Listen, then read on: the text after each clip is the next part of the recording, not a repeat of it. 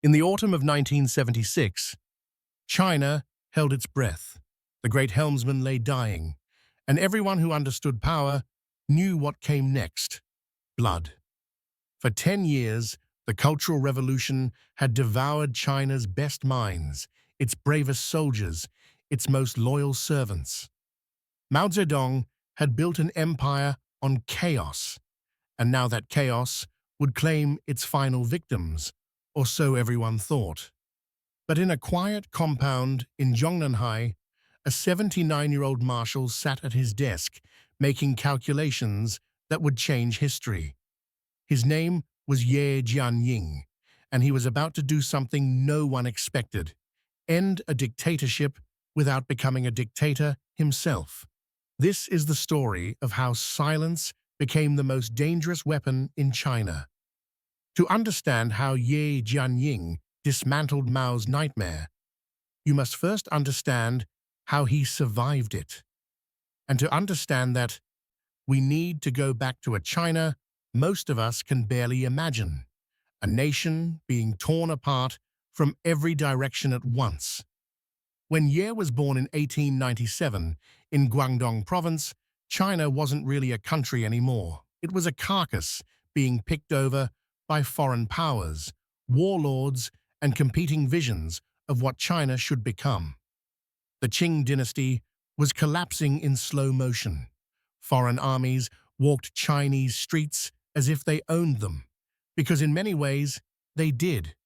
Warlords carved up provinces like birthday cakes.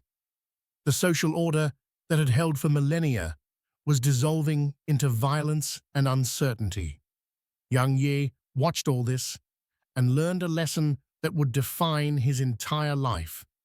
In chaos, the loudest voices die first. His family wasn't wealthy, but they valued education and discipline. At 16, Ye made a choice that seemed unremarkable at the time, but would prove prophetic.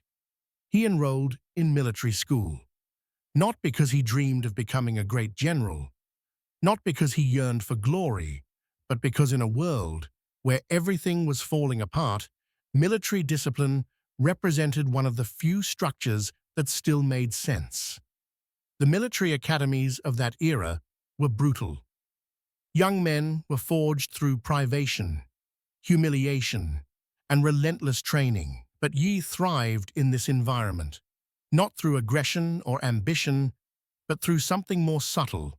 He became a master of observation. While other cadets competed for attention, Ye watched. While others argued about tactics, Ye listened. While others made enemies through arrogance, Ye made himself quietly indispensable. This pattern would repeat throughout his life. By the 1920s, Ye had joined the communist movement. This wasn't an ideological conversion born of fervent belief, at least not in the way we typically imagine revolutionary zeal. Ye saw the communists as the force most likely to unify China and end the warlord chaos. It was a practical calculation, not a religious awakening. And this pragmatism made all the difference. The Long March of 1934 to 1935 was where Ye's reputation crystallized among those who mattered. For those unfamiliar, the Long March was a 6,000-mile retreat of communist forces fleeing nationalist extermination. Of the 80,000 who began, fewer than 8,000 survived. It was a crucible that burned away pretense and revealed character. During those months of starvation, disease, and constant warfare, certain men emerged as leaders. Mao Zedong used the march to consolidate power through political maneuvering. Lin Biao proved himself a tactical genius in combat. Peng Dehuai became known for his courage under fire. And Ye Jianying? He became known as the man who solved problems without drama. When supplies ran short, Ye organized logistics. When morale collapsed, Ye quietly moved among the troops, not giving speeches, but simply ensuring they had what they needed to keep moving. When political disputes threatened to fracture the army, Ye stood apart from factions, making himself useful to everyone and threatening to no one. One incident from the Long March captures his essence perfectly. During a particularly brutal passage through mountainous terrain, two senior commanders got into a heated argument about which route to take. The dispute threatened to split the column at a moment when unity meant survival. Other officers took sides, tempers flared, violence seemed possible. Ye said nothing during the argument.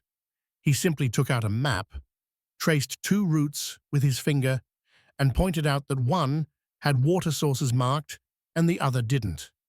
Then he rolled up the map and walked away. The argument ended. They took the route with water. No one had to lose face. The march continued. This was Ye's genius. He solved problems in ways that left no winners or losers, only solutions. Mao noticed, and in Mao's world, being noticed for competence rather than ambition was the safest form of visibility. When the communists triumphed in 1949, the revolutionaries faced an unexpected challenge. They had to actually govern.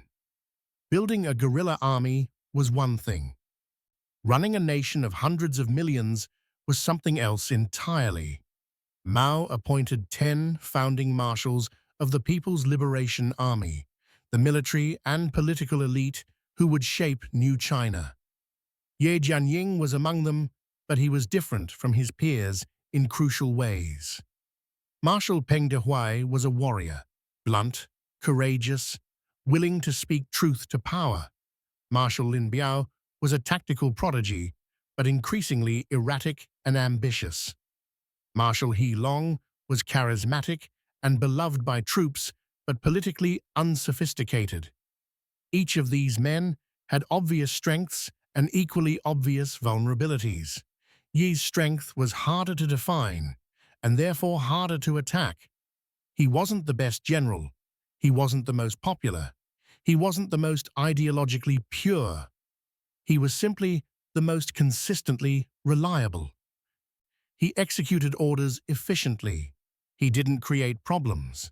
He didn't build personal power bases. He was, in the language of bureaucracy, a safe pair of hands. In a normal government, this would make someone forgettable. In Mao's China, it would make Ye nearly immortal. The first major test came in 1959 at the Lushan Conference, and it revealed everything about how Ye survived when others didn't. By 1959, the Great Leap Forward, Mao's disastrous attempt to rapidly industrialize China, had caused a famine that would ultimately kill tens of millions. Everyone in leadership knew it was a catastrophe. But no one wanted to tell Mao, except Peng Dehuai. Peng, the warrior, the hero of the Korean War, the man who had fought beside Mao for decades, wrote a letter criticizing the Great Leap Forward. It was respectful, carefully worded, and absolutely factual. It was also a death sentence. Mao exploded. How dare Peng criticize the chairman? How dare he question the revolution? The conference turned into a purge. Peng was denounced, stripped of power, and spent the rest of his life under house arrest before being tortured to death during the Cultural Revolution. Ye Jianying was at that conference. He heard Peng's criticism. He knew Peng was right, and he said nothing. Not one word in Peng's defense. Not one word against him either. Just silence. This seems like cowardice, and maybe it was, but it was also calculation. Ye understood something Peng didn't. Mao didn't want advisors. He wanted mirrors that reflected his brilliance back at him. Speaking truth to Mao wasn't brave, it was suicide. And dead men can't help anyone. Ye's silence kept him alive. And his survival would eventually give him the power to end what Mao had started. If you want to understand true chaos, study the Cultural Revolution from 1966 to 1976.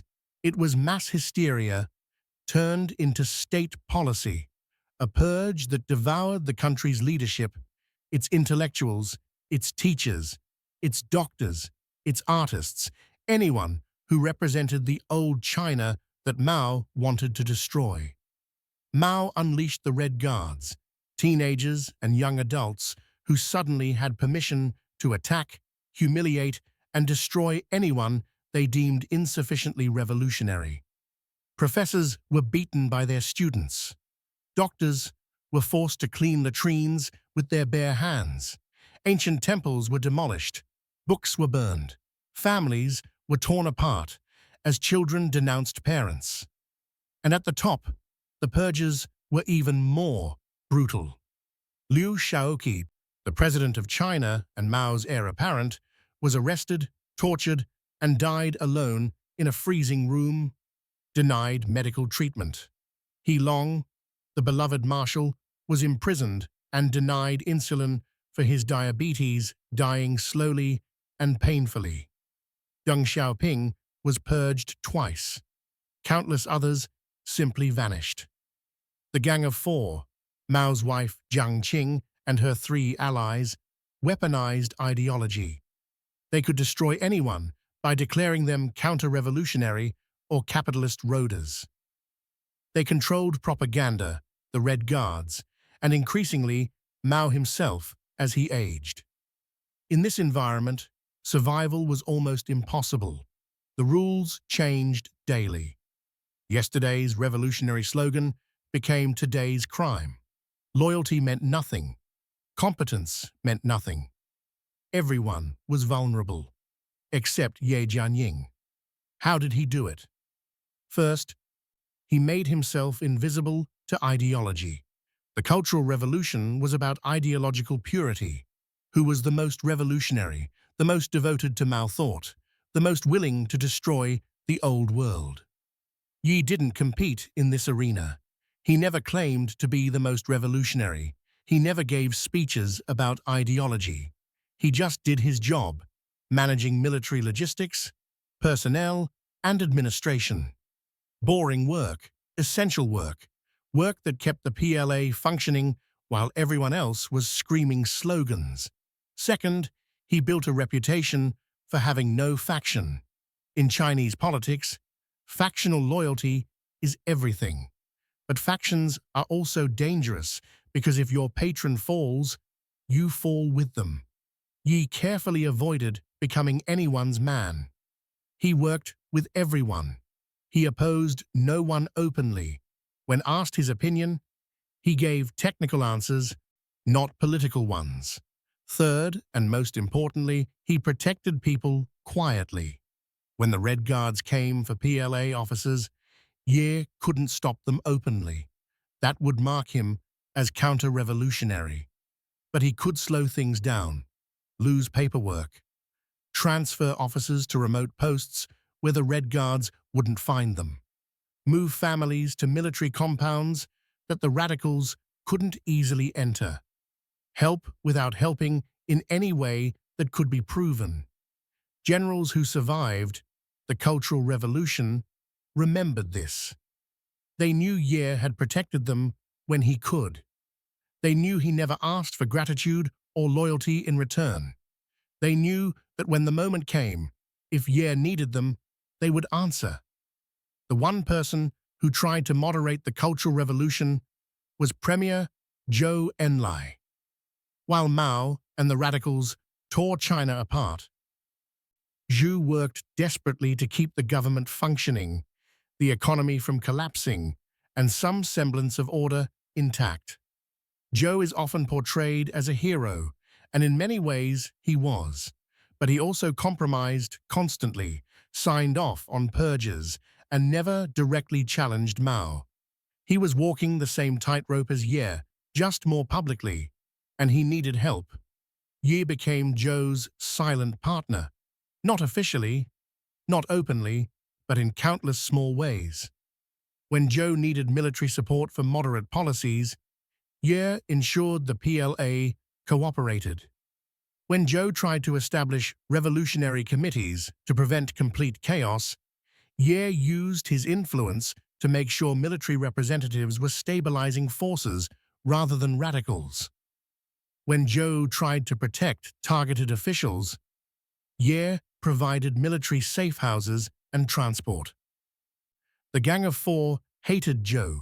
They saw him as an obstacle to permanent revolution. They attacked him constantly, though never quite daring to purge him completely because he was too popular and too useful. They hated Ye too, but they couldn't figure out how to attack him. He had no ideology to critique. He had no faction to dismantle. He had no ambition to expose. He was just there, competent, quiet, untouchable, not because of power, but because of absence of vulnerability. Jiang Qing tried to bait him in meetings, insulting him, calling him old, conservative, insufficiently revolutionary. He would sit there with that same calm expression he'd perfected over decades and say nothing. Not defensive, not aggressive, just present and unmoved. This drove her crazy. Chaos was her weapon, and Ye refused to be chaotic. January 1976 was when everything began to move toward the climax. Zhou Enlai died of cancer. China mourned genuinely. Zhou was popular in ways Mao had never been, seen as a reasonable man trying to protect people in an unreasonable time. The Gang of Four immediately tried to suppress mourning. They removed memorial wreaths. They declared public grief counter-revolutionary. They wanted Zhou forgotten because the people's love for Zhou was an implicit criticism of Mao's radicalism. This backfired spectacularly. In April 1976, hundreds of thousands gathered in Tiananmen Square to mourn Zhou despite the ban. The Tiananmen incident became a massive protest that had to be violently suppressed. Ye watched all this quietly, watched the gap between the people and the radicals, watched Mao's health deteriorate, watched the Gang of Four overreach, and he began to make plans.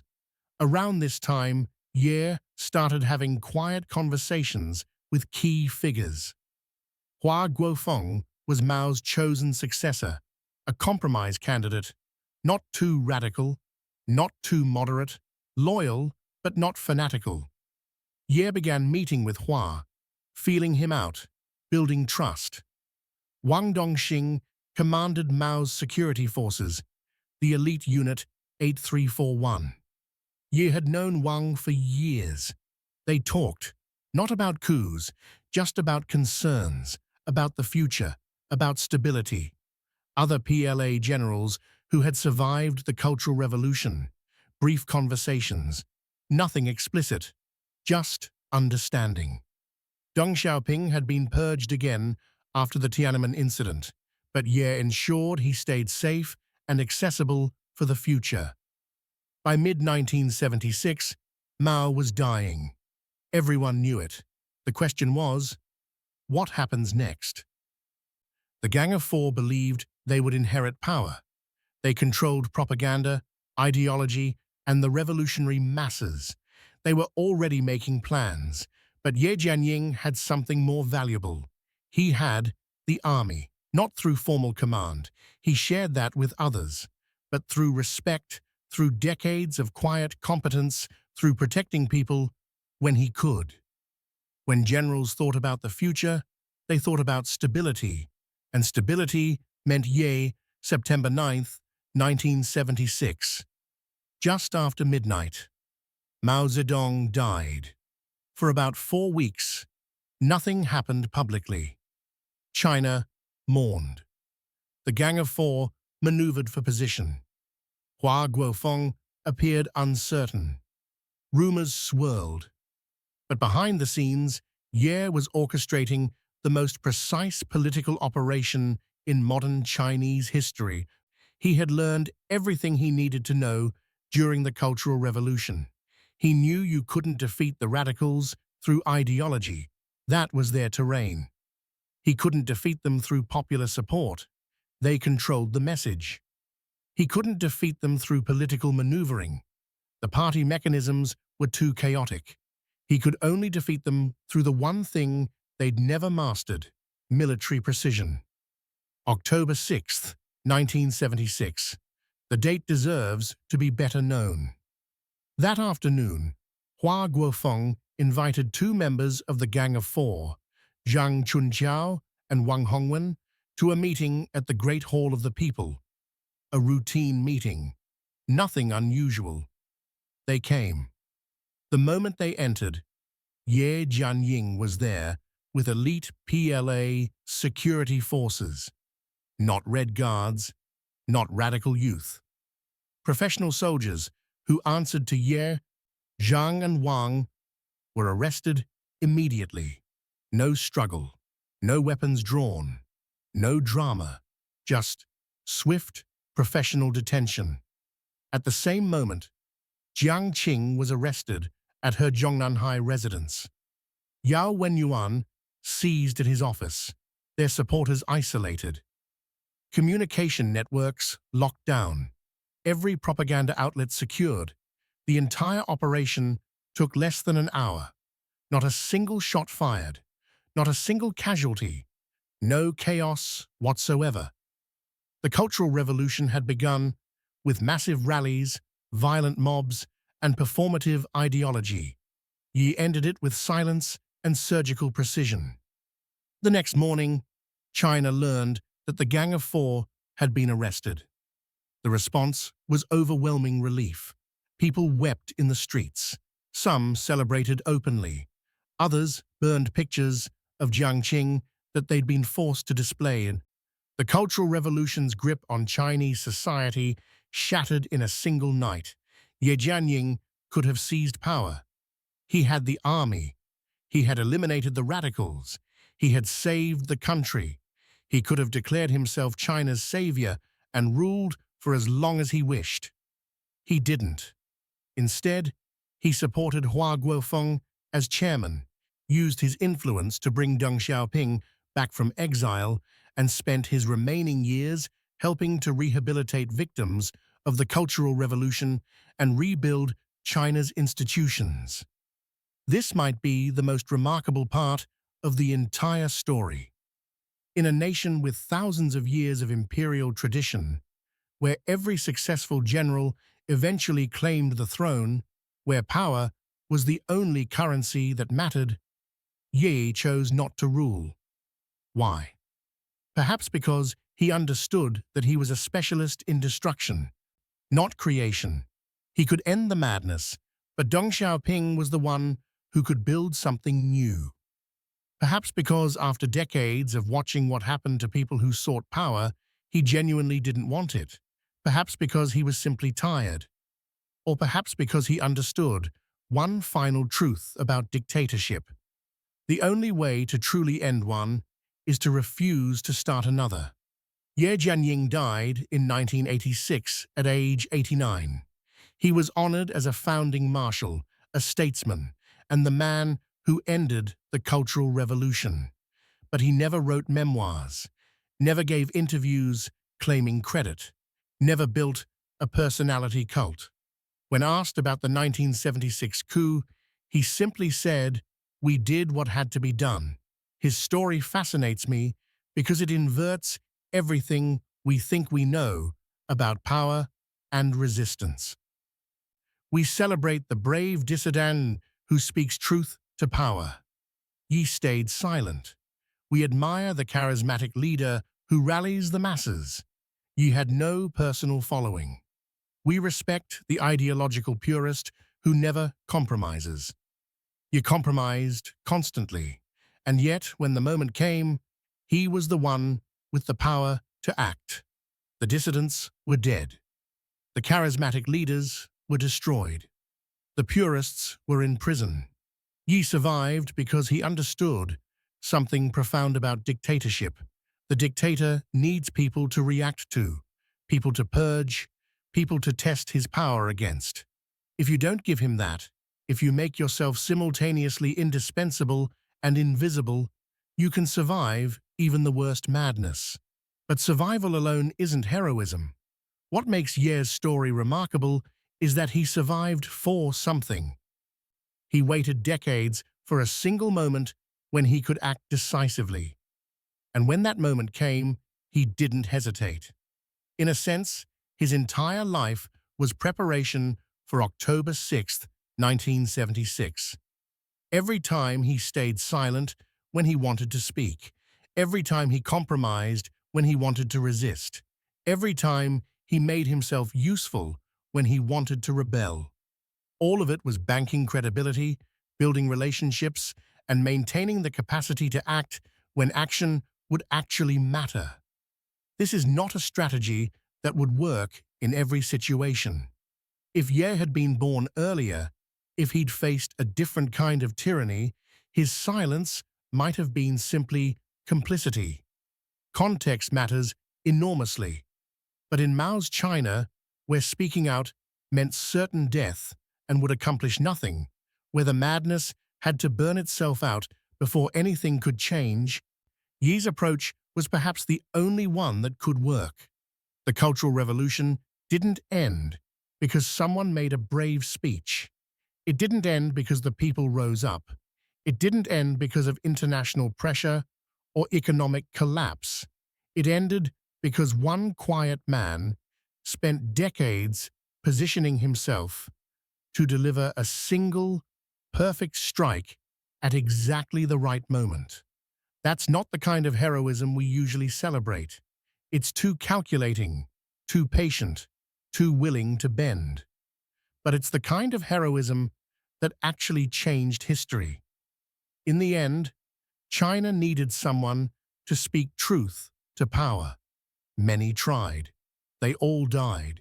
What China actually needed was someone who would stay silent until they held the knife. Ye Jianying was that man. And on October 6th, 1976, his silence finally ended, with one swift cut that freed 1 billion people from a nightmare they'd lived for a decade. Sometimes the quietest man carries the sharpest blade.